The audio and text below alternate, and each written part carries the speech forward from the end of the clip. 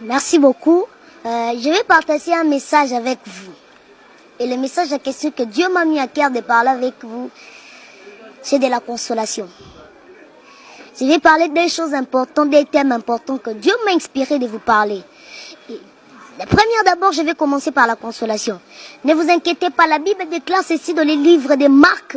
La Bible déclare qu'il y avait une femme de perte de sang.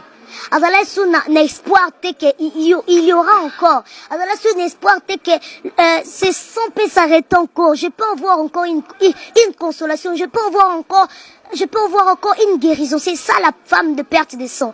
Lisez la Bible bien, vous allez voir la femme de perte de sang. Il allait contacter les docteurs. Mais rien n'a changé. Lorsqu'il a contacté Jésus, il a vu une consolation nouvelle. C'est par là que j'aimerais vous dire ceci. N'ayez pas peur. Croyez toujours en Dieu.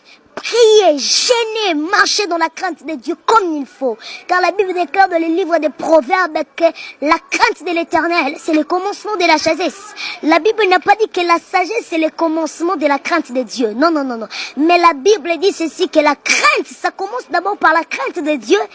Et c'est par là que tu vas recevoir la sagesse. C'est un peu ça. Ayons confiance à Dieu.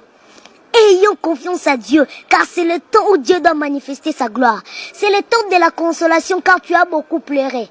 Assez de pleurer, car c'est le temps où Dieu doit te visiter. La femme de perte de sang, plus d'espoir. Mais ce jour-là, il avait réussi sa guérison. Nous allons lire aussi le livre de Jean chapitre 2. La Bible déclare ceci, les vases étaient négligés. Les 6 vases.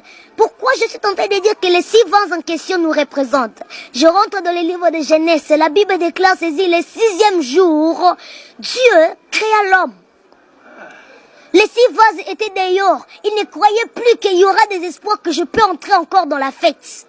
Mais Dieu, Jésus a fait de manière qu'il utilise seulement les 6 vases qui étaient dehors.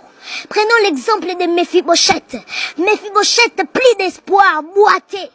Il ne pouvait plus croire que je veux manger dans la table du roi. Mais la Bible déclare à un moment donné, Dieu a rappelé à David qu'il y a un Mephibosheth que tu dois manger avec lui. C'est-à-dire que c'est le temps de la consolation, mon frère. Toi qui me suis, tu as des problèmes, appelle-nous dans le numéro qui est affiché. On va prier pour toi. Car c'est le temps où Dieu doit consoler ta vie. Alléluia. Mais Mephibosheth est dehors. Il ne pouvait plus croire qu'il y aura encore des espoirs. Car la loi disait ceci, quelqu'un qui est aveugle, qui ne marche pas, il doit être là-bas dehors. Il ne peut pas manger avec le roi. Il ne peut pas entrer dans la fête du roi. Mais la Bible déclare ces jours-là, il a mangé avec David. David, le roi, il a mangé avec lui. Le temps de la consolation est venu. Il ne faut plus avoir peur. Et le deuxième thème que j'aimerais parler avec vous, c'est la prière. C'est ça. Lorsque tu es dans la consolation, il faut avoir 2 choses importantes. La vie de prière. 1 Thessaloniciens chapitre 5 verset 17. La Bible déclare ceci, prier sans cesse. C'est ça.